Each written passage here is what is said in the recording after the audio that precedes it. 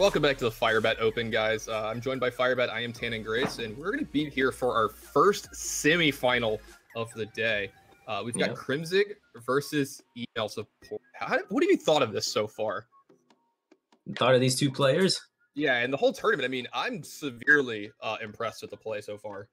Yeah, I've watched a lot of invitationals. I've played a lot of invitationals. I've played a lot of opens. So I've been around the tournament scene a lot. And the quality of plays that we're seeing here, the way that people are setting up lethal, thinking ahead a lot of turns, is top notch. Like these are maybe like unknown players, but they've definitely shown that they have a lot of experience in tournaments and a lot of experience on ladder, and they've presented that with their results that they've had on ladder and in open tournaments. So I've been impressed. Yeah, I'm not trying to say, I expected worse play from these guys, but, let's be honest, they got through, 12 rounds now of great, like really hard Hearthstone, and they have amazing records. These guys can obviously play, but I mean, the depth at which some of these guys are thinking about their plays in some of these turns have been just amazing. And then the lineups these guys have come up with. I mean, Lead Paint's lineup looks really fun to me. It's very aggressive, and he played them super aggressively. We saw... who was it who had the anti-patron lineup in our top 8? Coleman? Yeah, Coleman had the anti-patron lineup and ended up losing to patron. Yeah, he ended up losing to patron, which is a little unfortunate, but he had, we've seen 3 players of mage here in the top 8, and we've seen 3 different mage decks, which is awesome. I'm a big fan of mage. I don't know if you are, but I think it's like one of the most fun classes to have go on because it has so much random stuff going on. Unstable Portal creates for fun moments. You have Shredder, Spellslinger. Yeah, there's just so many things you can do with Mage, which makes it pretty sweet in tournament formats because a lot of people don't know what to expect from your lineup just seeing that there's a Mage there. Yeah, I mean, when you're playing against Coleman earlier, when JJ was, I don't think he expected to get like freeze maged and then he got duplicated in games as well. I mean, that was definitely a surprise for him, I'm sure. Definitely. And what surprises do we have in this lineup? For this match, we have crimzig. He's still running the Warrior Warlock Druid. Very, very standard. And he's up against email support, who's also running standard Patron Warrior Demon Handlock Druid. So it's a mirror match between the most standard decks in all of Hearthstone tournament play. Yeah, this is the 2 guys who came in with just the most accepted lineups here. Yeah. The 3-deck format. This is what a lot of people have come to find out. It's just, it's the best right now. That's Warlock's what they're saying, Warlock's great at countering Patron. You have Patron, and then Druid's great at playing against both of them. So, I mean, it's going to be some die rolls here. A beats B, B beats C, but C beats A. So let's see who gets the best matchups here, and then who plays really well in their match as well. Because just because you're not favored a matchup doesn't mean you lose. Yeah, and there's definitely a lot of skill-intensive mirror matches, actually, between these 2 lineups. The Patron Warrior mirror can sometimes be pretty dumb. Let's say Patrons get made on 5. Okay, the game's over. But if Patrons aren't made on 5, it can get really intense. And same thing with the Demon Handlock mirror. That matchup can get really skill-intensive, and there's a lot of crazy ways to, like, when do you go all in and allow Molten Giants, setting up Shadow Flame plays with either Mountain Giant or Molten Giant, all sorts of things. If we get another Patron mirror, I'm just gonna sit back and let you do your thing. You're way better at the Patron mirror than I am. You got a lot more experience than I do, but we're not gonna see a mirror match here in the first one. Email support, he is queuing up Druid here. Crimzig got this is like Demon Handlock that we've seen. Nothing really out of the ordinary. He's got again, both of these decks and lineups are pretty standard, so no big surprises to come in. Yeah, we've seen their first round of 8 matches. We casted those, and they had pretty ordinary lineups, pretty consistent with what everybody has been playing in the World Championship qualifiers lately. Literally, it seemed like card for card, mainly those sort of decks. Yeah. I mean, there's nothing wrong with that, too. I mean, there's a reason why they are the most popular decks. There's a reason why they're the most successful decks. They are tuned very well, and they are set up very well to deal with whatever your opponent can throw at them. But we're seeing some different lineups here in the top 4. I think Lead Paint's lineup can give some people some real fits. Oh yeah, we've been saying a lot. Like, I don't know how many times you mentioned it now, but probably enough that Meg Shaman in that lineup and just the aggression in that lineup is in a good position to do well against this standard lineup that's every single player has been playing in most tournaments, which is the Patron Warrior, Demon Handlock Druid, and people are starting to catch on to that trend. So, pretty good opener here for email support. He's going to have the turn 2 Wild Growth into a Piloted Shredder. He's going to be able to hold onto the coin if he wants, to get Ancient of Lauren as a 6-drop. And he's got a Keeper of the Grove to help silence, something like a Void Caller, a lot of the 4-drops or any of the big problems that come out, something taunted up. Yeah, definitely. It's huge having that Keeper early, dealing with the Void Caller, you're dealing with the Twilight Drake. Yeah, and dealing with Twilight Drake is pretty big. Yeah, Wild Growth on 2 is pretty huge. We haven't actually been seeing that a lot from the Druids in this tournament. They've been falling short on that. Yeah, we've been seeing some Darnassus a little bit, but yeah, we've been seeing a lot of people missing on Wild Growth early. We've seen some mid to late game ones that haven't been as good, but this seems like the Druid draw that you want. Wild Growth into 4-drop, and let's start my curve there. Yeah, exactly. That's the dream for Druid. And crimzig, on the other hand, no Mountain Giant, and he has double Molten Giant in his hand, which isn't the greatest against Druid because you do get bursted down from quite a bit of range. So, yeah, they can hover you around that 16 mark, and 17 mark that keeps the Molten Giants, being either too much or too hard to play. And then they can just kill you from that spot very easily. Yeah, exactly. Especially when they start getting like Emperor Thorison thrown into the mix with their combo pieces and such. So not much to do. Email support actually mulliganed an Emperor in his opening hand, trying to just get the best possible opener. I'm guessing, but he had a pretty good curve in his opener. Now he actually picks up a Druid of the Claw, so he's firing all cylinders now. He has a 5-drop, and he can coin out Ancient of Lore next turn. This looks great for him. Yeah, it's pretty solid curve now. And crimzig gonna opt to go with Mountain Giant first over Void Caller first because he doesn't have a demon to really benefit from the Void Caller. And good pickup for him there, being able to find a 4-drop that's actually like a little more relevant, just a naked 4/3 there, nothing behind it, no other demon behind it is not as good. Maybe you do get a Keeper of the Grove out of email support's hand, but it feels a little weaker. I mean, a lot weaker than playing an 8/8. Yeah, so we're probably gonna see like Druid of the Claw come down and taunt. He moused over Savage Roar. Maybe he's thinking about trying to use that to clear. I don't really like that though. It seems very defensive.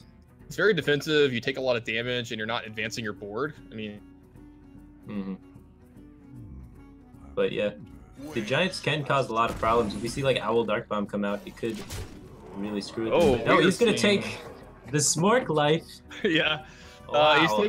He's taking a page out of Lead Paint's book. Maybe he was watching the last round. He's like, you know what? That seems like a good way to play Druid. I saw him get really aggressive. Maybe I should try that out too. I mean, he's got the Savage Roar. Yeah, I mean, this works out for him. He's got 2 Keeper of the Groves. That's 4 damage. That's 4 damage. Sick burst, bro. Oh my gosh. I mean, I guess it is just better than taunting it up, right? I mean, he just gets in 4 damage this way. Yeah, exactly. He's gonna eat it with the Mountain Giant. You might as well get in 4. Yeah, because either way it just dies to the Mountain Giant, so might as well. Makes a lot of sense. Our Darnassus is drawn right on time. Yeah. So now he's gonna be able to trade off the Mountain Giant. Get that extra free 4 damage in. Ooh. And this card may be coming into play a little early for you to see this again today. I know you had a bad experience against Vitality Totem in your tournament this morning. Oh, yeah, for sure. It can often cause those bad moments in tournaments. Yeah. But here, it's not very helpful. It is going to help restore the 3 health, bring the Druid back up to 30. But that's not like what he wanted though. Here, he definitely wanted a minion of pout. He wanted some sort of pressure to keep the handlock pinned back and on his toes. Is crimzig just going to be forced to kind of drop a naked Void Caller here? He's seen 1 Keeper come down. Yeah, I think there's a good chance you do that because like you need to start making there's a chance you see like Void Caller, Ancient Watcher here, possibly starts. I mean, maybe you just tap though to get your Molten Giants into more playable range. How much do you have to develop here? Like, how scared are you of your life total right now? There's only 2 power in play. You're at 18. Yeah, you're not very scared. Combo can't come out next turn. Yeah, I mean, there's an interpate. Yeah, if you tap and he attacks you for 2, that puts you to 14, so that does put you in combo range. Oh, that's a good card to get off the tap.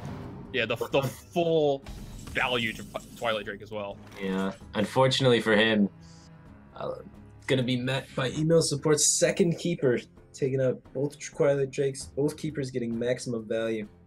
Yeah, if email support had the other piece of the combo, he actually drew the Innervate here to be able to do lethal this turn. Oh yeah, so much damage potential. don't forget, Vitality Totem can attack when you have a Savage Roar here. This guy is he's a 0-3, but he's got 2 power saved up for that one important turn. Yeah, exactly. So we're gonna see him cycle the Wrath here. Email support obviously just looking for that second combo piece, looking to be able to combo as soon as possible. He has double combo available to him on turn 9 if he finds it. Yeah, you just he did attack on purpose there. You wanted to make sure there's crazy Molten Giant turns here. Mm-hmm. Because he has lethal, right? This is 4. Oh yeah. 12. Yeah, this is way more. Each Savage Roar alone is 8 damage. Yeah. As long as 3 minions are remaining on the board. So that's a lot of damage just from double Savage Roar. Yeah, it's been a long day. I can't math right now. Oh yeah. No worries. Crimzig's been drawing all of his threats fairly consistently. He was able to draw a double Twilight Drake, double Mountain Giant, but still, they've all just been getting answered quite handily. Oh, wow. Oh my god. Yeah, that's cool, right? Double Keeper into Big Game Hunter. That's insane. Did he possibly miss lethal here? Yes. Yeah, okay. Yeah, he Big Game Hunter here and then double Savage Roar, yeah. Yes. Okay. Well, I think he's in a good spot still, but yeah. Yeah, he's still in a pretty good spot. I mean, this Hellfire does clean up this board a little bit, but he'll have an Ancient of Lore left over. Because he picked up he still hasn't picked up a demon for this Void Caller. 14 cards into his deck, not another demon found. Yeah, that's kind of ridiculous, huh?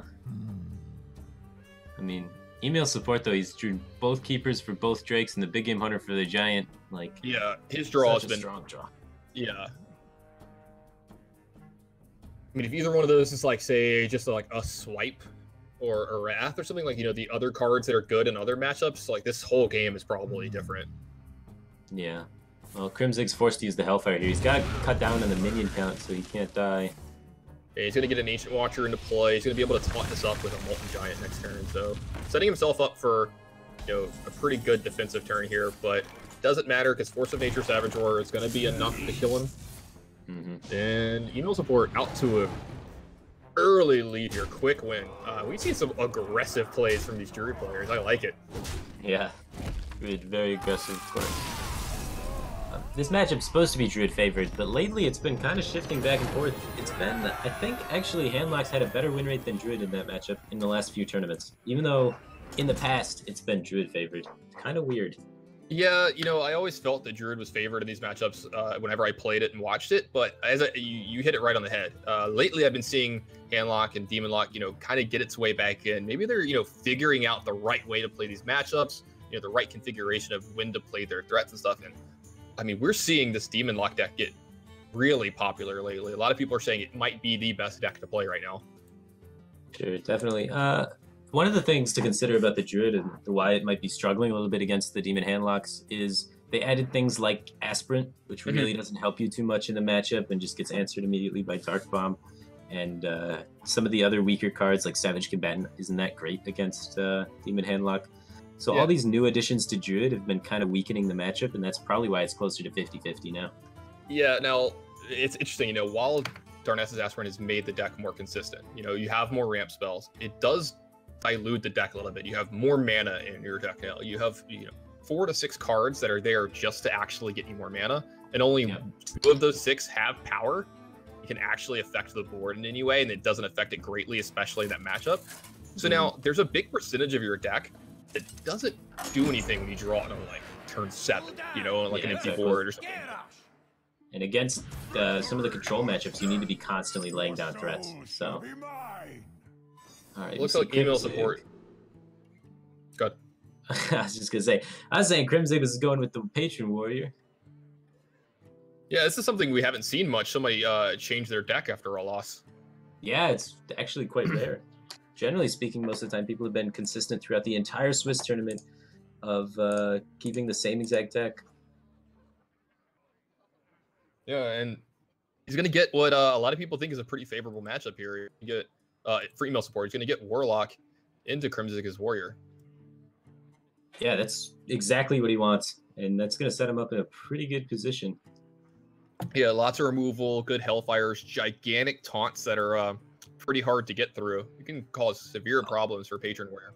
Look at crimzig's hand, though. He's got the Execute to deal with the first big threat. He's got the Despite Patron Interage combo to maybe get a quick win.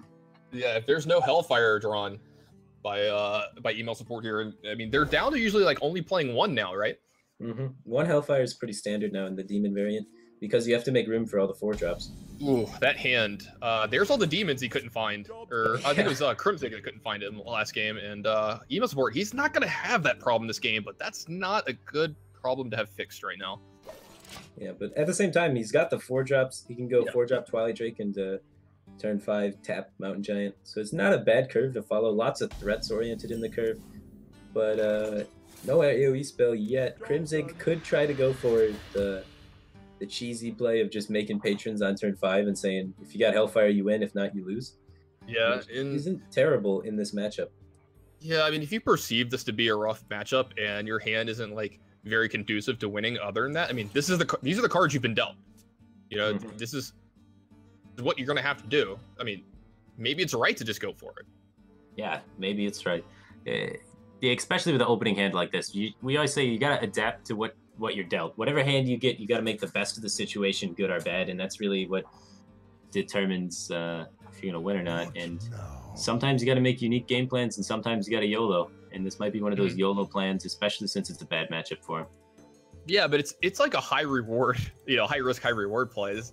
It's a YOLO, but if it sticks, I mean, what does email support do? I mean, he's not gonna be able to fight on any kind of axis that's good from there after that. You know, if he doesn't have Hellfire, then this is just gonna be too much. Yeah, exactly.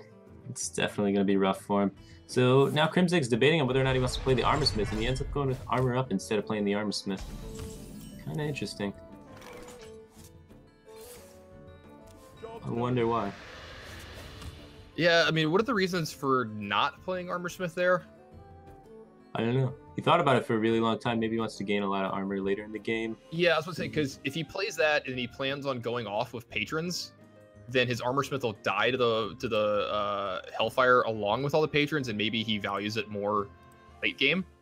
Yeah, to maybe have some way to have some minion to Battle Rage after the Hellfire kills all the patrons if his all-in doesn't work. I like that. Yeah, because he does have a Battle Rage, which is like something that can possibly get him back into it and can help him, you know, maybe restabilize after some giants come down. You know, he's got to execute for the first one, but if a second one comes down, then you can get possibly a big turn with like Whirlwind, Armor Smith, Battle Rage, drawing extra cards, gaining a lot of extra armor. Yeah, I like this play. Wow, let's see if he stays consistent with just holding on to that Armor Smith to save it for after the patrons, so you can get some Battle Rage value to try and claw back into the game if the YOLO play doesn't work. Yeah, and you gotta believe these guys know what decks they're up against, like know that this is Patron, etc. You know, they did play on stream earlier today, and they probably got some friends, or at least somebody telling them like, hey, you know, doing some scouting for them, or maybe doing it for themselves. I know I would be, you know, because it's fair game.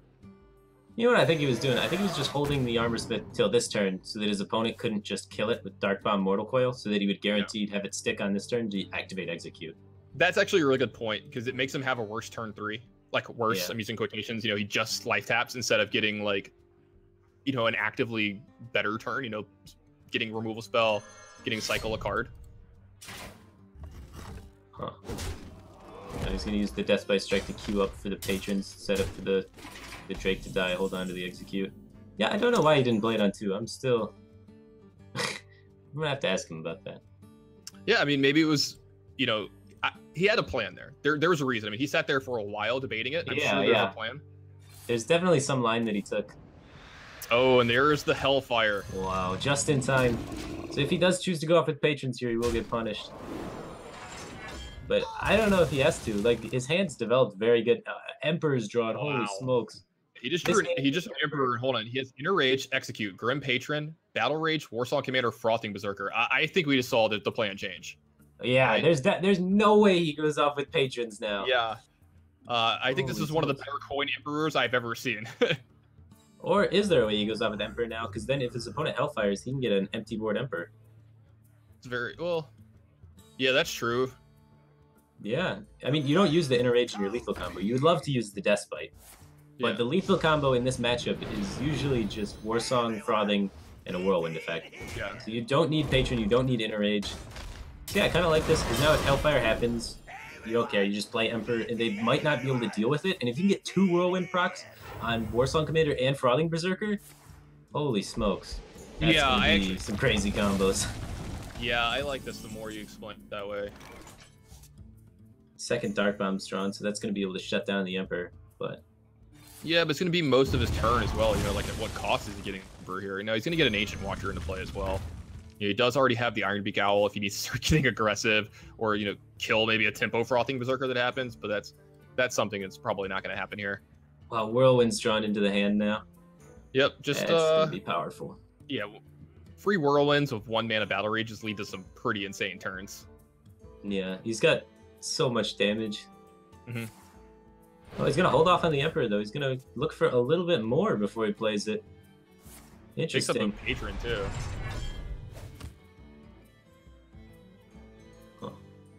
I guess the Ancient Watcher with the Ironbeak Owl does make the Emperor a lot more susceptible to death. And he feels like he's not under any pressure, so he's in no rush to get this Emperor effect down. Getting more cards on it means more damage. Yeah, this is something I've seen from players like Ostkaka a lot, just being severely patient with their Emperor Thorisons and making sure they have the exact hand they want, especially if they're not under a lot of pressure. Like, there's no rush, right? Mm-hmm. You know, your opponent's not pressuring you. You can just keep adding cards to your hand to make Emperor as good as possible. Yeah, but now there's some pressure. Dr. Boom's pretty big. Yeah, I was about to say, now there's a clock on the other side of the board. Oh, Lothib's is a pretty huge draw. That's going to be able to stop any possible lethals from coming in. You might have seen this game just... Yeah, we might have seen this game just turn around drastically. Boombot's still rolling 4 this tournament. Oh, the rolls 1. What do you think about, after the first Boombot there, just Dark Bombing to make sure you don't over kill on the Emperor there, and then following it up with Lothib? I wouldn't mind that, yeah. Does Lothib set up lethal, though? Because that's a super important thing. Yeah, Lothib doesn't set up lethal, and this is a better line against, like, Patron stuff, and this sets up lethal.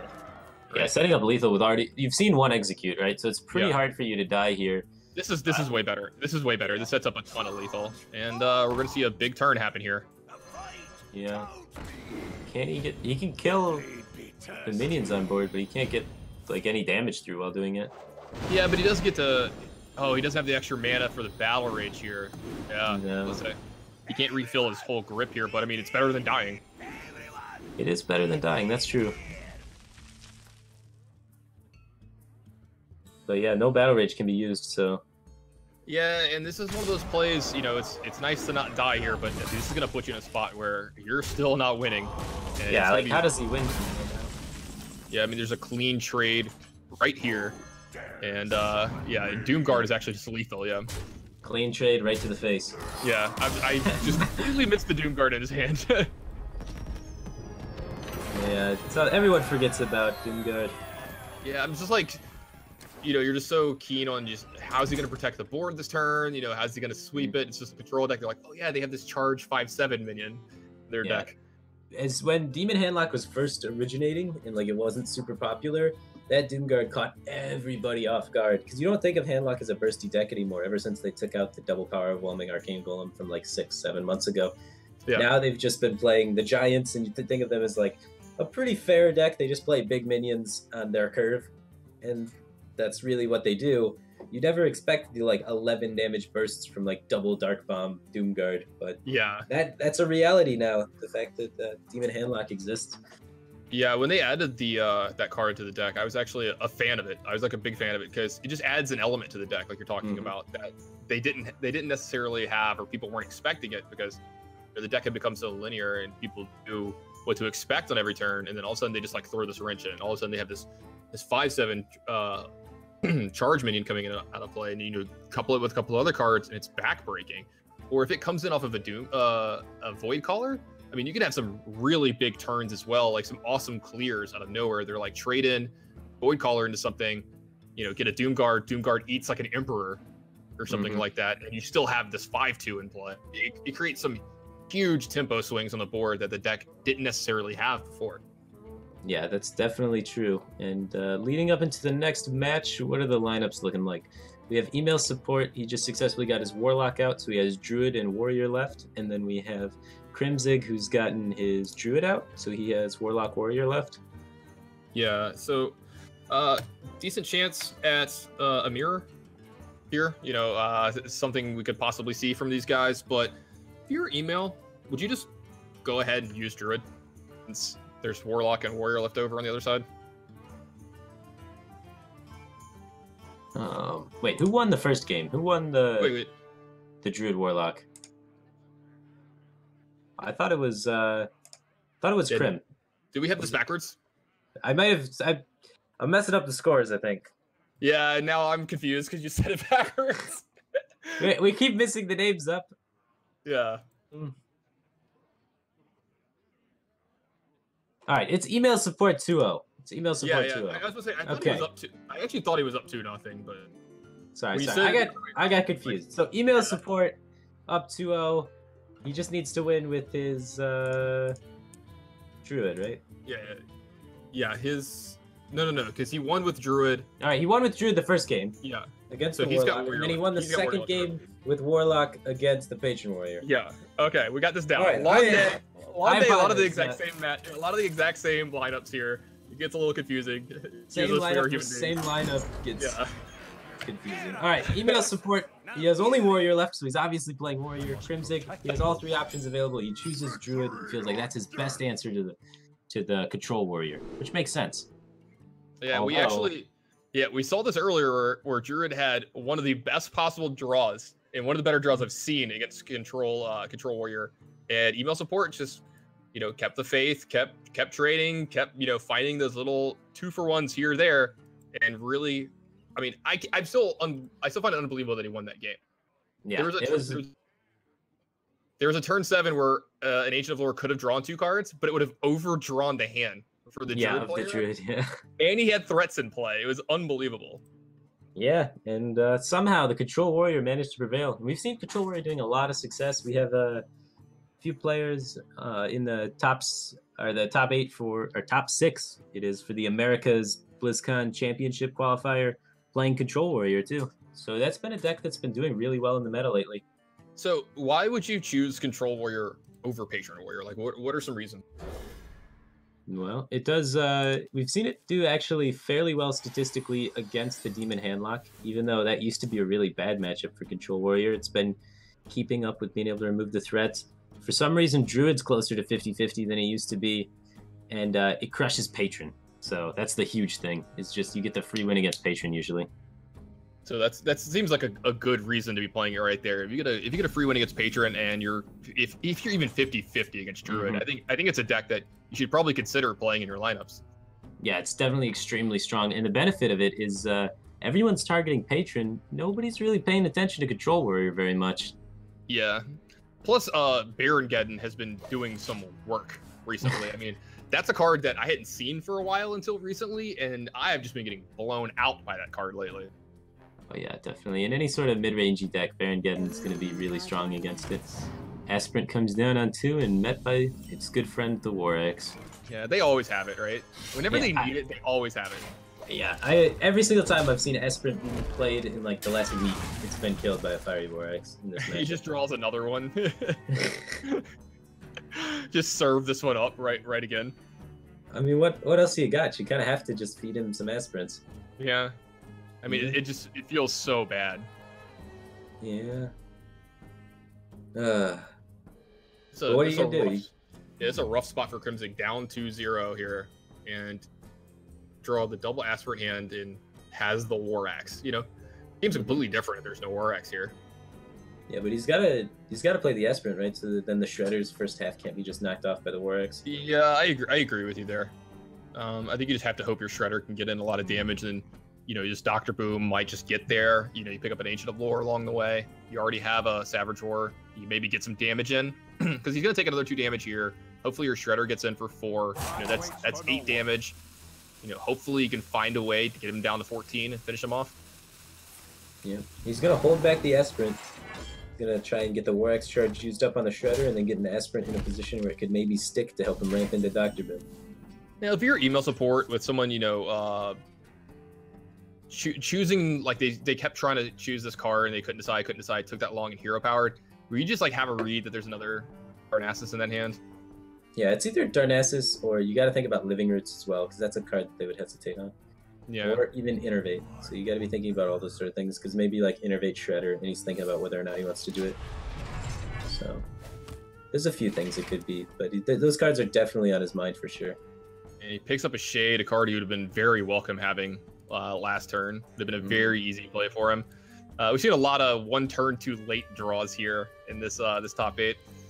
Oh yeah, I mean that's Hearthstone though. That happens all the time. That's what makes the game harder to play, is when you don't have the right cards to play, and when you have to try and figure out the ways to wiggle your way out of situations that are bad. I just concede those games and move on to the next one. Well, I just want to play on curve. Well, that's why we don't see you in the top 8 right now. Oh, come on! Hey, yeah, technically in this top 8 right now. This top 8's going on, and you're seeing me right now, or you were seeing me a few minutes ago. Good job for making it to the top 8. I know. Hey, bracket. Hey, congratulations to you too, Firebat. How hard was yours? Wow, it was tough, dude. I had to admin so much. Mine was easy. I didn't really have to do much. It was cakewalk. You could almost say someone just put me in the top 8. Wow. So he opts to play the Shade over the Shredder because it doesn't die to the War Axe, just trying to get value where he can. It looks like. Yeah, maybe hoping that email support might get a little overzealous with this War Axe here and take out a 1/1. You know. And maybe support holds on to it, try and save it for something a little bit better. Yeah, we've seen him be very patient in his games with Control Warrior, so definitely fully expect that to go on. And then again, it looks like he might Darnassus here to kind of feed it to the Shredder. Well, he's gonna. I think Darnassus. Feed it to the Fiery War Axe. Sorry. He may reveal the Shade to try and get the Darnassus to stick, so he can play Boom next turn. Yeah, that's actually a pretty deep line. You know, if you play Darnassus here, he can trade for Cruel Taskmaster with the hero power, and then unveil Shade to give him a better target for his Fiery War Axe to kill. All right, he's just gonna not do either. Okay. He thought about it for sure. We saw him mousing over it and thinking about it, and then he ends up just holding back, playing extremely slow. Crimzig is playing this Druid matchup very, very slowly. It's kind of interesting. We saw the other Druid that email support played against also played extremely slowly and tried to basically outvalue, but ended up not drawing Big Game Hunter in time and falling behind. Yeah, Big Game Hunter ended up being what, in the bottom 4 of his deck, and he needed it to be in like the top 25, top 24, and he probably would have won the game, but it was just 1 or 2 turns too late. So I mean, give up. Yeah, I mean the style is quite effective when you get the Big Game Hunter on time, but if you don't, then it's just impossible to keep trading into 8/8s and whatnot. I mean, this isn't going to put too much pressure on email support, you know, but he's not pressuring Crimzig right now either, which, I mean, he's going to now with the Sylvanas, but, you know, with Crimzig, email support not being under a lot of pressure, he's just free to put out these threats. And, like, his hand is pretty heavy now, too, so he's going to be able to weave in some of these threats with these, like, real cheap removal spells, like Execute and Slam, and Shield Slam as the game goes on. He'll be able to get a lot of tempo these turns. Crimzig has the answer to Sylvanas here just by trading it and hero powering, then he can develop a Shredder. So the Sylvanas doesn't slow him down at all, which is really good, because Sylvanas is normally a really tough card for Druid to deal with.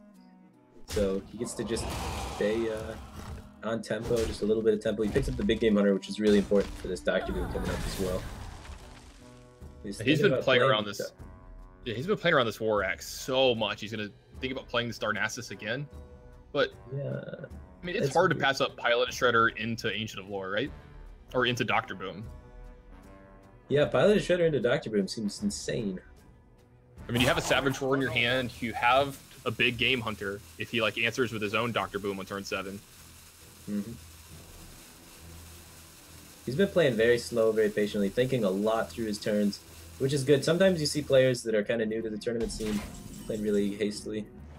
Wow, he holds on to the Shredder holds on to too, both here, yeah. That's just insane. Refusing to give email support. This is very interesting. Very interesting. He's playing the value game, and he's fully committed to the value game like no other. You have to give him some props here, right? I mean, he made that decision on like turn 3. He's like, I am not giving him something for this Fiery War Axe charge, and he is stuck to it for the rest of the game. And it's working against Email's hand. Yeah, I'm very interested to see how this game plays out in the end, and if this style actually is effective. And if it is effective, how effective is it compared to the standard style of play your minions on curve and kill them? Yeah. This is weird, man. Yeah, I mean, I haven't seen plays like this very much or very often. He gets the Fiery War Axe charge, and he gets the Deathbite charge now. So that's 2 weapon charges he was able to get out of Email Support's hand by just simply doing nothing. Is that a play from Email that's like a little preemptive for Dr. Boom? You know, if he Dr. Booms this turn, he can attack his face, kill the Boombots, and then execute the Dr. Boom. Or even just shield slam it however he wants. Seems like it for sure. Yeah. He just wants to be able to deal with whatever threat comes out now. And now that the War Axe is gone, here comes the Shredder. Here comes the little stinker. Yeah. Yeah. That's very, very interesting how crimzig keeps ordering his minions to try and play around the weapons. But Baron Geddon drawn to the hand could be pretty impactful here. Yeah, I mean, if he wants to, he can get 1 damage on both these minions, deal 2 to them with Baron Geddon. I don't know if he's in the market for that. That would speed this game up quite a bit. You can just swing at the Shredder here with the Deathbite, and then likely a 3-2 comes out, and then he plays Geddon and just stomps the entire board and is left with Geddon in play. It's something he's thinking about. Yeah, he's just going to go with Dr. Boom, and he's going to keep the Deathbite here. This is a... I mean, this is a interesting. This is like you see 2 heavyweights getting ready to battle it out in a boxing match, and it just like they just keep not throwing punches. Yeah. You know? And every now and then someone throws 1 big punch, and someone just counters it. So this is not what we signed up for when we see Druid versus Controller. Yeah, this is not what you expect. But this is probably going to set up the Geddon for him. And if we see Big Game Hunter come down, Big Game Hunter is going to play right into that Geddon. We're going to see Ancient Allure probably draw 2 and then Big Game Hunter. Yeah, this is something you were talking about. If you can get the Big Game Hunter to take care of a threat and then follow it up with Geddon, it's like such a good turn for you because, you know, Geddon doesn't get answered very well. Plus, it gets automatic value off killing the Big Game Hunter. And maybe that's something he's setting up for. Yeah, it looks like he's holding back in the Big Game Hunter and further extending the value game. He realizes his board's pretty vulnerable to the Boombots, so he's going to just capitalize on what board he has now to clear the board without using Big Game Hunter, so he can save it for a bigger threat. I like this play from crimzig. It's you know. Oh, Big Game Hunter. Oh, wow. Jeez. Big fun hunter for sure. Yeah. And it looks like crimzig's going to lose his entire board here this turn. What a clear for email support. Plus, I mean, he's got extra mana too. He can just armor up this turn. Email support. Using the Big Game Hunter here for sure over Shield Slammer Execute because 1, it just fills out his mana a little bit better, and 2, there's no other targets in the Druid deck besides Dr. Boom, I believe.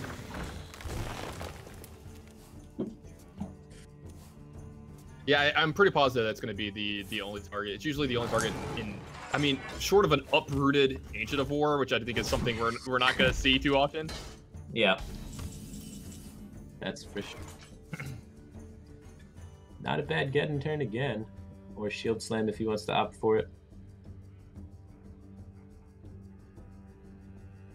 Or even Alex Straza seems okay here. Yeah, I mean, he's got Can't a lot actually of get options. comboed down. Yeah, it looks like he's leaning towards Alex Strazing his opponent. He saw his boom got answered without the use of Big Game Hunter, so that leans towards him believing that there is no Big Game Hunter. I like this play. It's like really aggressive. Plus, you have Baron Geddon plus Bash in your hand for like some reach. I mean, you have some like interesting lethals here that the Druid might not be able to play around. Yeah, that is a good point. Although now his board can get killed by just Keeper Big Game Hunter. Yeah. Oh my. And he's going to cycle the Wild Growth instead of innervating out like a Shredder or something. Probably to play a little bit around Brawl. Yeah, you just get all the information first. I mean, if you're going to draw a card this turn anyway with Wild Growth, you might as well just get all the info first. Yeah, I don't know if a draw... Good. Kind of scary being at 12 health right here is crimzig. You got to be worried about possible Grom Taskmaster levels. And, but, I mean, there's nothing he can really do about it too, though. So I like this, and he's just trying to set up lethal for next turn as well. But, I mean, Email Support has so many cards in his hand. Yeah. Now his Email Support... He didn't really get any weapon charges to kill the early game minions, and now he's got a bunch of hard removal left, and there's still a lot of like minions you don't really want to be using hard removal on. You'd rather be like using weapon charges on the Big Game Hunter, for example. And the keeper the grove, but very interesting. Yeah, very interesting play line from crimzig so far this game. I mean, it's been awesome to watch this pan out. Yeah. So looks like he's gonna go for the Geddon this turn. The bash into Geddon. Outside of lethal range by a combo, and he's got a huge threat in play. So wait, is it? Hold on, is it? He's got the innervate though. The innervate makes it actually lethal because you get there it 14, 18, yeah, 19. Yeah, I was gonna say. Yep. He's out of range of just combo, but combo innervate kills him. So there's lethal. Yeah. Here. So crimzig with this slow play of just sitting back, letting the warrior hold on to his weapons, and being like, "I know your game plan here. Your game plan is to kill all my stuff with weapons. Yeah. I'm just not gonna play anything." And then when you want your minions, then when you want to play your big minions, I'll play all my stuff so you can't play your big minions because you have to play weapons to kill them. I was gonna say that's what I just was like coming to is the fact that he's just waiting for the turns where he gets to play multiple threats, you know, or that finally emails like, you know, screw it, I got to do something, you know, play the 7-drop, and you're just like, all right, do, you know, or like do kill your 7-drop, like, you know, with picking up the big game hunter in the mid game, it allowed him to kind of like play the slower game because he doesn't get punished by waiting, and then email support's just like, all right, well here's a doctor boom, and you're like, well crap, now I just have this like Shredder Darnassus go, and he's like, oh yeah, that's cute, kill both those, like attack you with the big game hunter. Now you're like, big game hunter, you know, clear your board, and then start playing multiple threats a turn. So you have to start using multiple cards a turn instead of just letting email support play on curve with his control deck. I actually kind of like that strategy. It was really cool to see and watch, you know, unfold. Yeah, definitely extremely sweet to see it, and it actually worked in the end. Yeah. So like a different way to that matchup that is becoming less Druid favored. Maybe this is the approach you need to be taking to make it more Druid favored than it was. Yeah, right, absolutely. So I agree with you. Crim's deck just got submitted in. He's going to be going with the warrior now. So Crim was playing the patron warrior early on, so we're going to see crimzig with the patron warrior up against the what did we just watch? Druid. Yep. Patron warrior versus Druid. No, I'm sorry, it was control warrior, yeah. Oh my gosh, I had it like on the tip of my tongue, and then I wasn't 100% sure what it was. That was my fault. That was my fault. Yeah. I put my faith in you as my co-caster. I reached out to you, and you shot me down. That's all day. I'm sorry. It's been a long day. I'm under the weather. I've been sick all week. It's not an excuse, but I'm gonna make it one. Feels bad, man. All right, so Crim's warrior. So this is a pretty tough matchup for patron warrior, yeah. Yeah, absolutely. I mean, a lot of people are saying that, you know, that this is actually like almost like an auto win if they play correctly and draw correctly. Here, I mean, they can gain so much life, and all their weapons are good against all of your threats. So this is a pretty hard one in some spots. Yeah, it can definitely be tricky to navigate, or sometimes patron warrior can make patrons on 5 and control warrior won't brawl. There's always that out. Isn't that something that it just always has to be said in this game? You know, sometimes the patron deck just patrons on 5, and there's nothing anyone can do about it. Sometimes you just don't have the cards to kill patrons on 5 and you lose. That's definitely one route that patron wins almost any matchup. Yeah, exactly. But we'll see what happens here.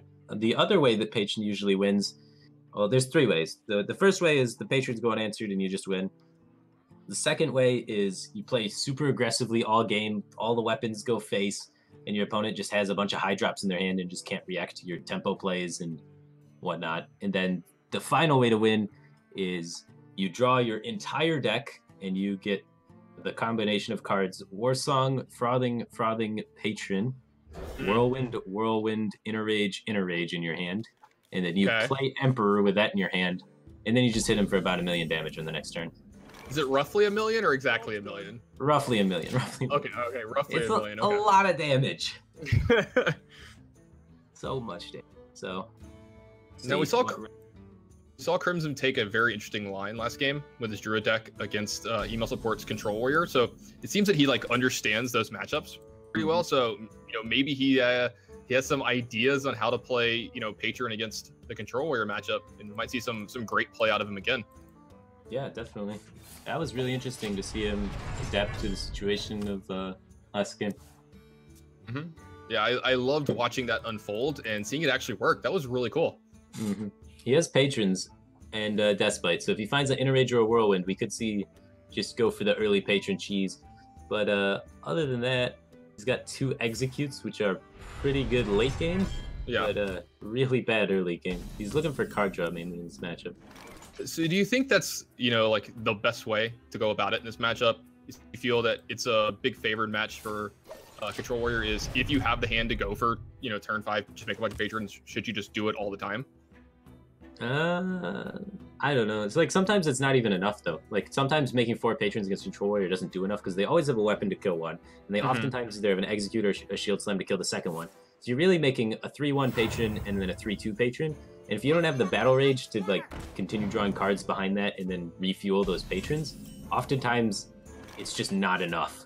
So I kind of like either the more tempo plan or the more the draw your entire deck. Draw your entire deck's my usual strat if my hand can support it. It looks like he's agreeing with you. He's coining out a Gnomish Inventor here, and he can follow it up with another one behind that and start to draw like a ton of cards from his deck here the next couple turns, maybe setting up, big battle rages since this War Axe is going to get some damage in on this. Yeah, for sure. He definitely has the card draw now that he's drawn both Gnomishes and Menors. And we see email support just beginning to use his weapons to clear minions. Yeah, I mean, he's going to be busy the next couple of turns. I mean, he's got, Sludge Belcher followed by a couple of 6-drops and a 7-drop, so you start getting these weapons out of the way here, and they're not great against the draw that crimzig's got. Yeah, the War Axe is generally just like mediocre in this match. It kill like an early Acolyte of Pain and some of those sort of minions, but it's not really that great. He's holding back on the second swing instead of killing the Gnomish Inventor.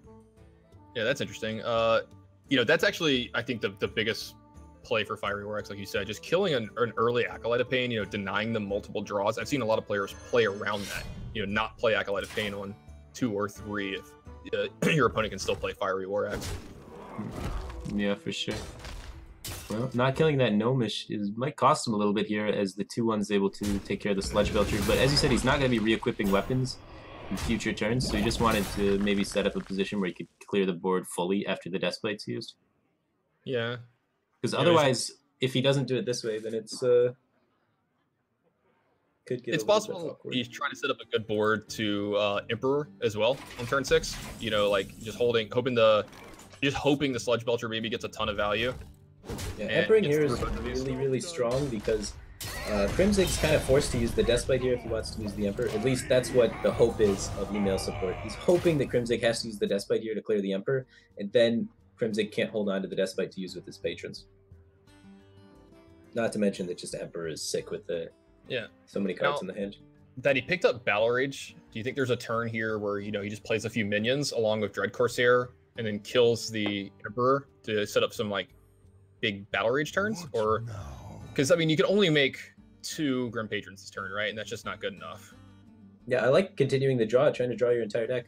So it looks like might be agreeing with you here. The Dread Corsair, Armorsmith, Swing, Battle Rage. Yeah, it's a lot of card draw. 3 cards for 2 mana, sign me up. I'll take that card every day. Yeah, it's going to do a lot of work here. And that's Dread Corsair coming in handy again. The little tech being able to squeeze in extra Battle Rage value. Pretty sweet card.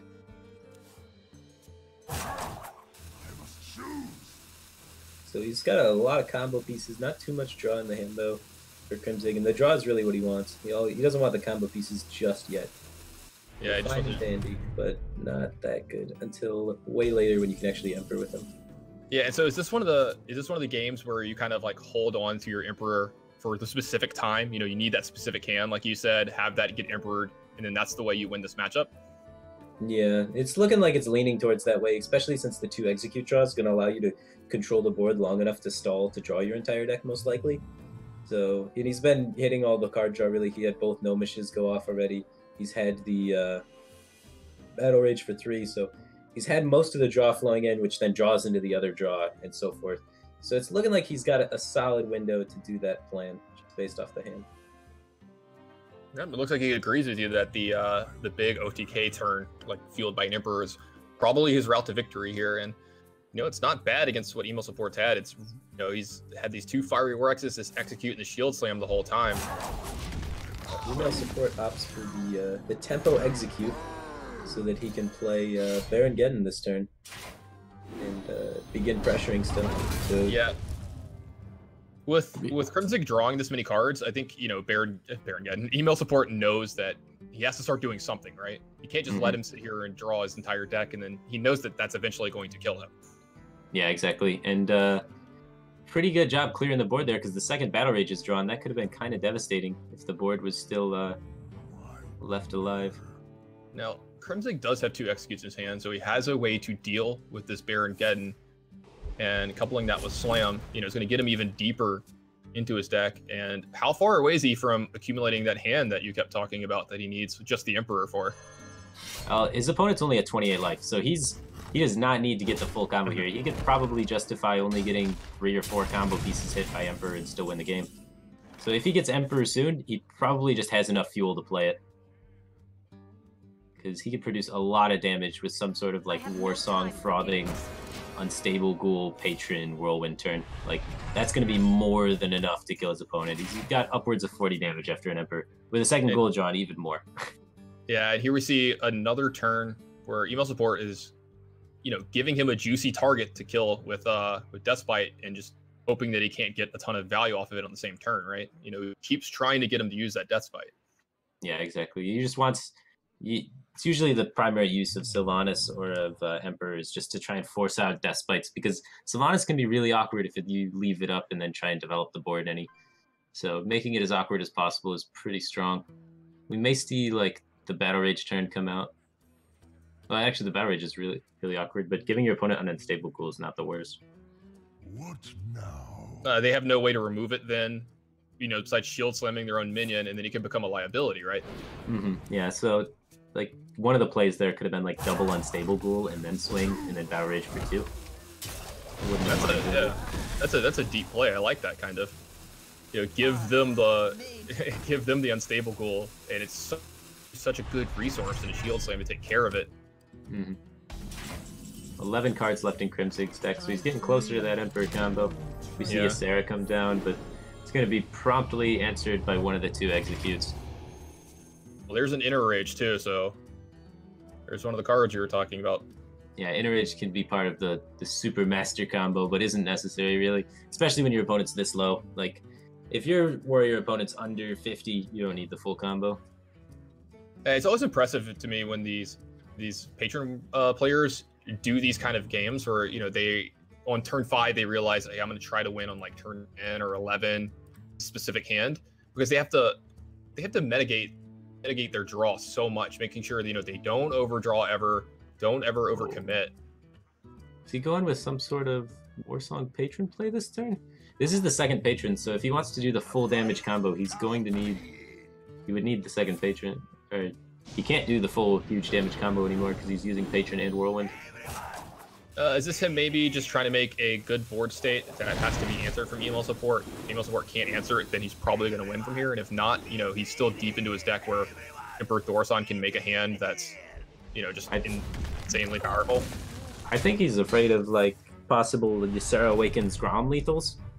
So he felt like this was necessary to try and prevent those because he gains so much armor off the Armorsmith. Okay. Just kind of playing it safe. Okay. Yeah. I mean, he's actually in a really good position here, as Email Support doesn't have that much life, and he doesn't feel like he needs the full combo to kill him. And if Email Support doesn't have Brawl, he wins.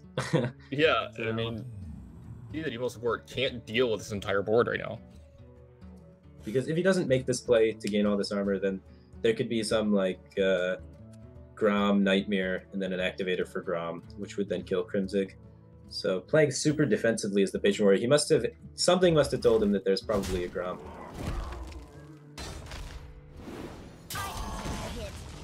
And it's going to work out for him because there's no Brawl to answer these Patrons, so Email Support's forced to extend a lot of resources into just removing Patrons at this point.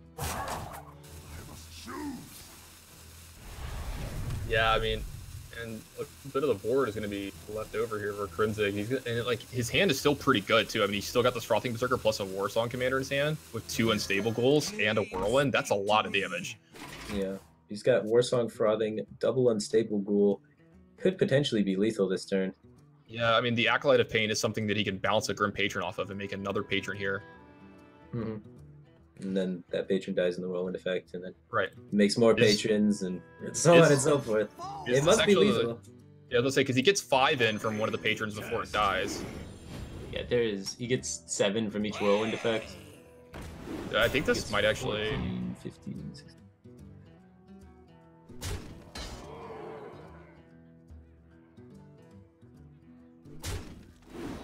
So watch this one unfold. Yeah. He also gains a ton of life this turn as well. It's in the 28 to like 32 range. All right, so it's so yeah, I think it's like 31 or something. I think it's lethal. I'm not 100% positive, honestly. Yeah, it's like 3 whirlwinds here plus attacks. Yeah, that's the good attack there, trading in the Armor Smith first. Right. Get 2 damage instead of 1. And make up the board space. Yeah, this is lethal, right? 1, 2, 3, 4, 5, it's 6. More than lethal, yeah. He's got 26 more to go, and he's overkill by 4. Yeah. It's 32. I counted 31, so I missed someone. Oh, he didn't get in the last attack with the. Oh, he ran out of time. He ran out of time. Brawl's drawn with shield block. Oh no. This could be disastrous. Well, actually, he can't really. Oh yeah, he can just use the War Axe after the shield block. Oh my. Oh no. So he wants the Frothing Berserker to live so he can just big game hunter it. Yeah. Gives him the best chance to be able to like actually develop a board too. Yeah. Frothing doesn't live, so he's gonna be forced to War Exit. He goes down to a very low life total. Yeah, but I mean we've seen a lot of weapons gone already, and a Warsong Commander. I think. Yeah, one Warsong Commander's gone. Both patrons are gone. There's the last Frothing Berserker, but I doubt you could just put this into play ever without a Warsong Commander. Oh my god. Wow, just not. I thought he had it. Yeah, I mean he did. He just like couldn't get it all done in time. Oh my. Oh, now he's forced to YOLO here. He's out of battle rages, so he's just getting this Frothing injured for the damage. Yeah, he can draw another card here with Cool Taskmaster if he wants. Mm-hmm. Definitely have to. Yeah, he has to be careful if he makes his Frothing Berserker too big. He gets Big Game Hunter too, though. Yeah. Yeah, as it stands, Grom Big Game Hunter is a real play. But then you're not developing a taunt or armoring. He's got Nightmare Big Game Hunter taunt armor. I think that's a pretty solid line. You're not too afraid of many other minions. Yeah, you can pair Nightmare here with Big Game Hunter. That's actually pretty cool. I've never seen that done before. What now? Oh my! I said the second patron was used. I totally spaced. That's my apologies. That was the first patron that we used last time. So this is a pretty cool turn for him. He gets to use the Big Game Hunter, take care of the Frothing, and then set up a Sludge Belcher with an Armor Smith behind it. Oh yeah, that's always a devastating combo. You just gain so much armor because the Sludge Belcher has taunt and then comes back to life with taunt. And usually the first form gains 2 armor. Is Warsong Commander lethal here? I don't think there's any way to do that, right? If you get Warsong Commander off this Acolyte? No. Okay. Oh yeah, he's gonna gain too much armor off of Armor Smith, yeah. Yeah, you'd need a Whirlwind effect or something to actually profit off the extra patrons he makes. Because he makes a lot of 3/2 patrons, and then he can Whirlwind it. And then each of those 3/2 patrons adds 3 damage. So he could do like 9 to face damage, but the problem is his opponent would gain too much armor if he had Warsong and a Whirlwind effect.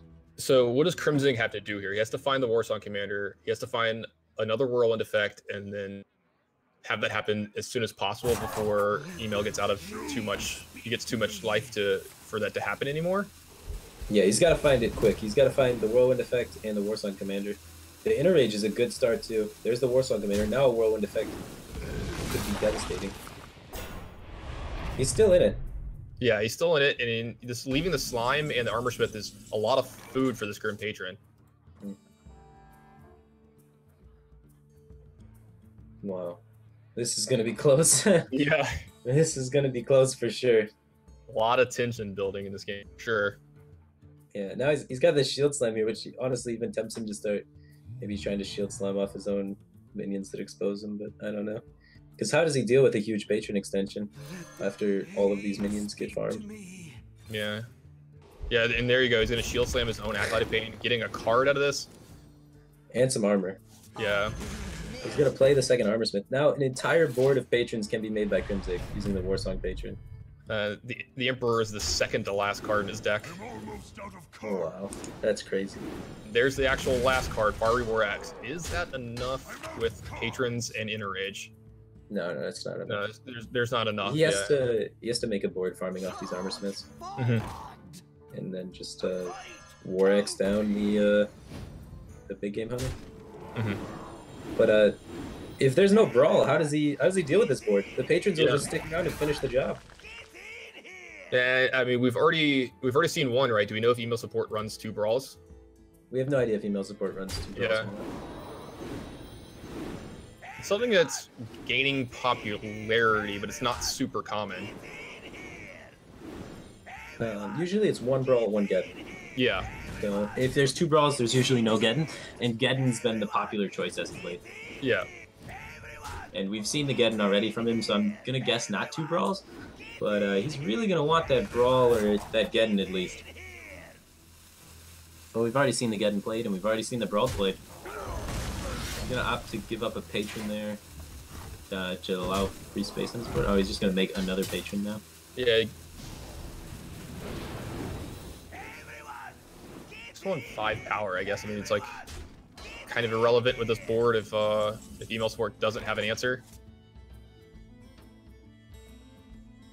25 damage being shown.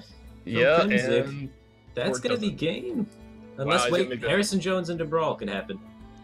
Yeah, I guess you just play Harrison Jones here and draw a card. Never know. Yeah, been careless throwing the weapon up. Gives him another draw for an out. Job's done. But there are no outs. Yeah. That's gonna be it. He goes from almost losing the game by missing lethal, by not having the animation times go in his favor, to then coming up back because the Control Warrior just can't deal with the massive amount of patrons that get extended onto the board. So that's gonna tie up the series 2-2. Yeah, unbelievable, crazy game. Nice comebacks here from crimzig in the last 2 games. You know, playing them slow, knowing what he needs to do to win these matchups. Again, he played that Druid matchup really, really strange, a little different than we expected. It ended up working out in his favor. He gets this win here, forces a game 5 after being down 2-0. Yeah, pretty impressive, pretty impressive. And you said he was playing the game slow and paying a lot of attention, which was good, but almost cost him there. Yeah. Playing a little too slow, maybe. Yeah, I mean, not finishing the animations in time, made him miss 3 damage there, and his opponent was at 1. So yeah, it's sort of a miss-lethal. It's more like a miss-click, I guess, and not being able to finish in time. Patron, you got to go through so many actual just movements of the mouse or your finger on an iPad or whatever going through turns. Sometimes you just don't have enough time to finish all of it. Yeah, exactly. In game 3, we're gonna have crimzig with the demon handlock against email support, who is still playing the Control Warrior. And this matchup has been said, a lot of people say it's like slightly Warrior favorite, a lot of people say it's slightly demon handlock favorite, so it's pretty 50-50, I'd say, across the board. Yeah, do you feel like whatever side they're on, they say is slightly favored, like the demon handlock players are? Yeah, it's like the rogue adage. The rogue players always think they're favored in their matchups. Yeah, if you play demon handlock, you're like, oh yeah, I have an edge in this matchup. And if you play a lot of Control Warrior, you think you have the edge in the matchup. So I'd say it's pretty close to 50-50. It's going to be a close matchup for sure. And usually there's 2 ways this game pans out. The first way is handlock has the big threat in the beginning, let's say the giant, and then the Control Warrior just has no way to answer it and lose. That's always one of handlock's win conditions, right? But the other way is that they both have like equal number of threats and answers, and they trade down threats and answers, and then it starts getting into a grindy game that starts heading towards fatigue. And then there's the Jirax's transition timing, and the handlock tries to figure out a situation where they can safely transition into Jirax's and then grind out the game with 6/6s. Or if there's no window for Jirax's timing, then the game starts going towards fatigue, and it's whoever's left with 1 card at the end of the game wins the match. Yeah, I mean, Does fatigue favor the warrior in his matchups because they can just get such a high life total? Well, by fatigue, I don't really mean like actually completely running out of cards. It's whoever has the one card left at the end, which is usually Draxus. Draxus is usually the one card left at the end for the handlock, unless it was pulled out of void color, or just some one minion. And whoever has one minion left at the end and the other player cannot deal with it usually wins the game. That's usually how fatigue games go. It's not usually just directly like mill rogue style fatigue lethals. Like whoever has a minion left at the end usually wins in fatigue wars. So it's all about the value. Yeah, no, I got you. So what are the cards they're looking for in their opening hands in this matchup? The Warriors got to be happy about that execute. Just being able to instantly deal with a Giant or a Drake is really powerful early on. So that's a really good one. And also any card draw is extremely powerful. Acolyte of Pain, and of course still like Despite is extremely good. And then Crimzig and the Demon Handlock side is just looking for all of his threats. Any of the 4-drops, the whole 6 4-drop package. Yeah, I mean, it seems like Twilight Drake is generally a hard card for the warrior deck to deal with. You know, do you really want to use an execute on it when 8/8s are looming? You know, because it could be like a 4/9, and sometimes you can't ever weapon that thing down. Yeah, it can be pretty tough to deal with. So usually, what the warrior wants to do is line up a Despite and hit a Twilight Drake twice, and then on the second swing of the Despite, it activates the execute for the next threat that's played. So that's what they usually try to line up to do. Well, it looks like email support kept the execute here, and he's picked up a shield slam as well. So he's got some answers to some early threats from Crimzig. Crimzig's got a decent enough hand here as well. He's going to have an early Mountain Giant if he wants. Yeah, definitely going to see, if no other threats are drawn, that Mountain Giant coming down pretty early. Start initiating some pressure. It's likely going to get executed or shield slammed, but such is the fate of the first Mountain Giant. Yeah, and every now and then there's like that 5% chance it just gets through, right? For its fun. I mean, it's more than 5% chance. There's like 15% chance or so that the first Mountain Giant sticks, and then you win the game. And Handlock just always has that percentage going for him. We keep seeing these Void Callers that could get played on turn 4 with no demons behind them. They do run demons in their Demon Handlock deck, right? Yeah, you only run about 3 though. So it's like not uncommon that you don't have a demon to play it with, but the threat of the demon coming out is so scary that oftentimes it's really hard to answer it because you have to be prepared if a demon comes out if you want to kill it. Yeah, they have the timing. They have to time the killing of it really well. You know, usually if you have like a big game hunter behind it or like an execute, with the death spite behind it, then you can, right? But you have to pick your battle, right? Is that what you're saying? Yeah, exactly. Because like if you kill it and then the eventuality of the 9/7 Mal'Ganis coming out happens, you could just lose the game if you're not prepared for it. So you need to be ready for that eventuality so you don't lose the game on the spot. See, the Warex get developed, and he's thinking about maybe coining the armor to try and make Shield Slam live for the later turns.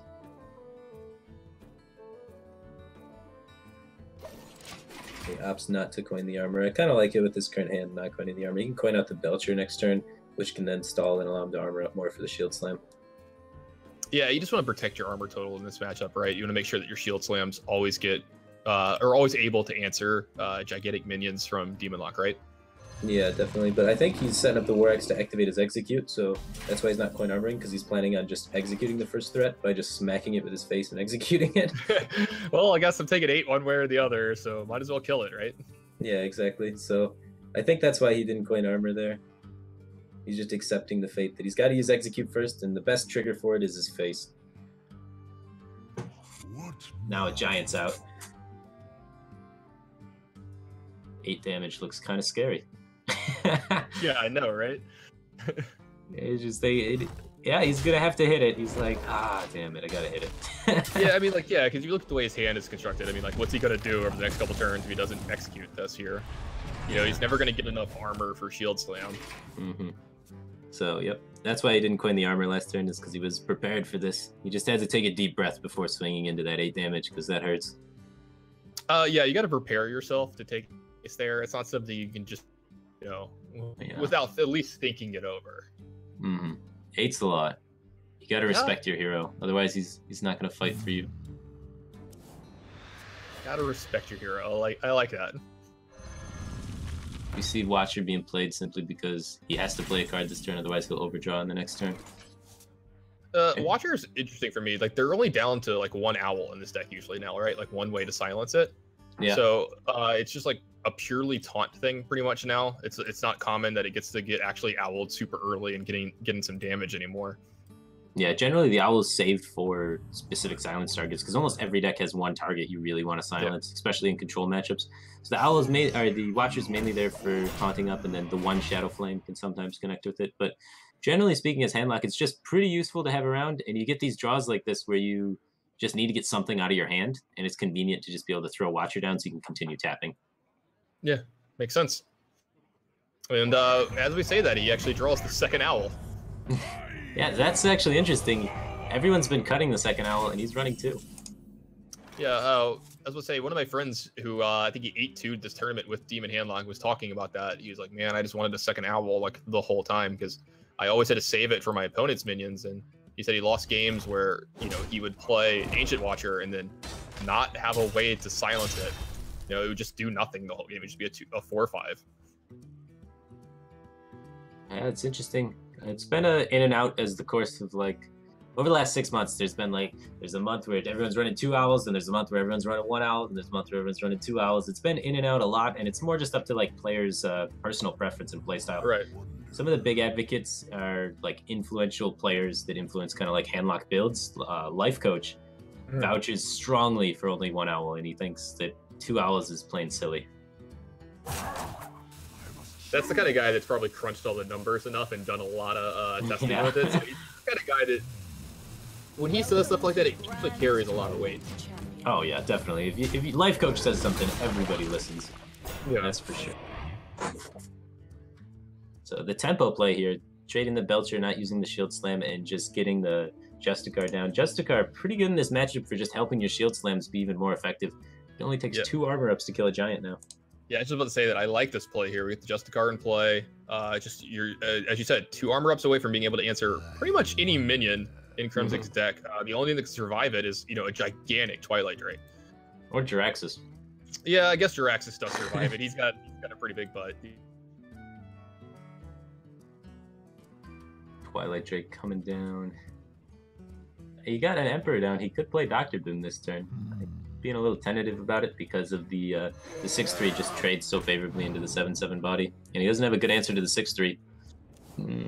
Oh no, he has the Dark Bomb. He has a 1 mana. Yeah, he has 1 mana. Well, his hand's gigantic and it's upside down for us. It's hard to see. Yeah. He just wanted to tap because he wants to get himself into Molten range, I guess. It's really important in this matchup to be tapping as much as possible. Like mechanically, it's like in your favor to be tapping as much as possible because it is a value game at certain points, and just having the right answers at the right time is really good. And Dr. Boom, of course, is just going to get answered by one of your opponent's removal cards because they have so many of them. Yeah, I mean, like, what's more important at certain parts of the game, 4 life or 2 cards, and almost every single time it's going to be those 2 cards. You know, they're going to change the game drastically, way more than that 4 life you gained from not tapping would have. And I can definitely see that there. This is, you know, this seems like the kind of matchup where just tapping as much as possible is actually just paramount. Yeah, you need to get your life down low. You need to be able to get your Moltens out of your hand in time to make a Jiraxxus transition. So just prioritizing tapping over playing Dr. Boom, I think is good.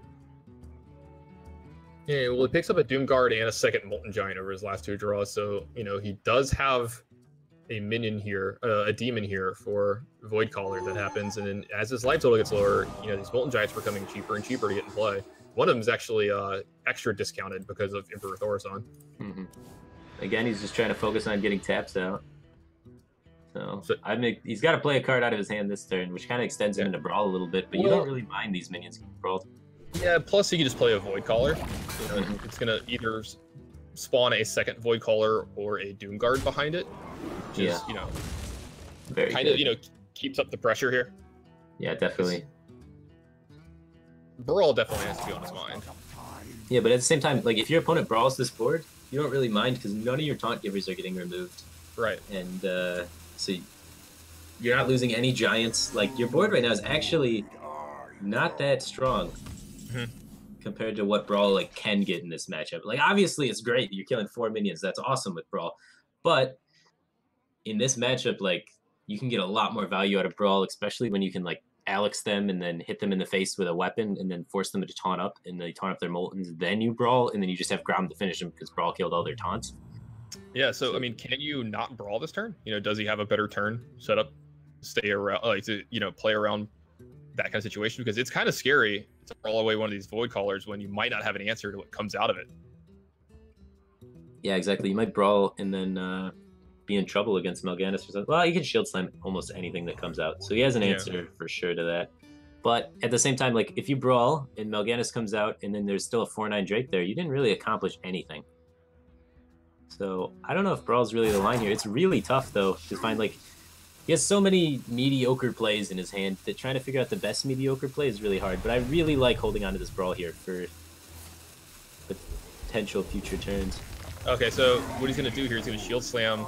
Oh, Into brawl, but then when the second void caller came out, he had to change his line. Yeah, it was a little scary. I had to kind of speed it up there too. The rope was getting low on him.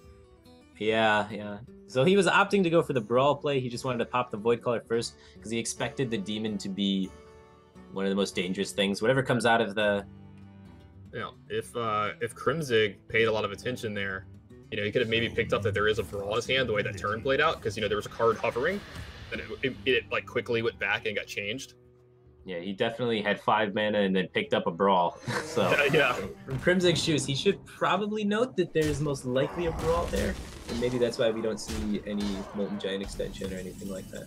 Yeah, he's gonna get 2 damage on his void color here, kind of playing around Geddon a little bit. If Geddon comes out turn, which I mean, he's not gonna get a lot of value off it anyway, but getting 2 damage on your void color, if a Geddon were to come out, then he gets a Doom Guard out of his void color here. Yeah, not too bad. Yeah, but I mean, this is not the kind of board that Baron Geddon's gonna happen on. Yeah, well, this looking pretty scary for email support. From being up 2-0 in the series, crimzig has snuck his way back into the series and is in a commanding position. Yeah, we might see quite the reverse sweep here, and it all comes from that Druid game too. I mean, I'm gonna mention that multiple times. That game was so awesome. You're in love with that game. You and that game are... You were too. Come on, you were so surprised. It was really cool. It was really cool. Yeah. All right, well, we're gonna try again with the slam into brawl, and wow, he's really, no matter what lives here, it's pretty scary still. 4/10 Twilight Drake. Yeah. And now in crimzig's shoes, he has gotten free reign to drop big things like Dr. Boom, Molten Giant. Yeah, I mean, he's got his pick of the litter too here. He's got double Molten Giant in his hand. He's got Dr. Boom. With him tapping, gotta believe it's him. Yeah. He's still just tapping away, making sure he gets a tap every turn so he can control his life total, get it into a range where he can play Moltens and taunt it before Jiraxis comes out.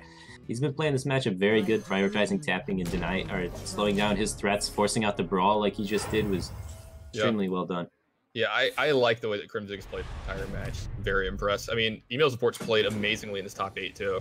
Mm-hmm. And do you think this is kind of like a YOLO Ysera? Oh like just hoping Awakens. Yeah. If you want to see, that's 15 damage with Grom now. Yep. So that's 1 away from lethal here. So if crimzig were to tap this turn, there are some chances that crimzig could just die out of nowhere here. Yeah.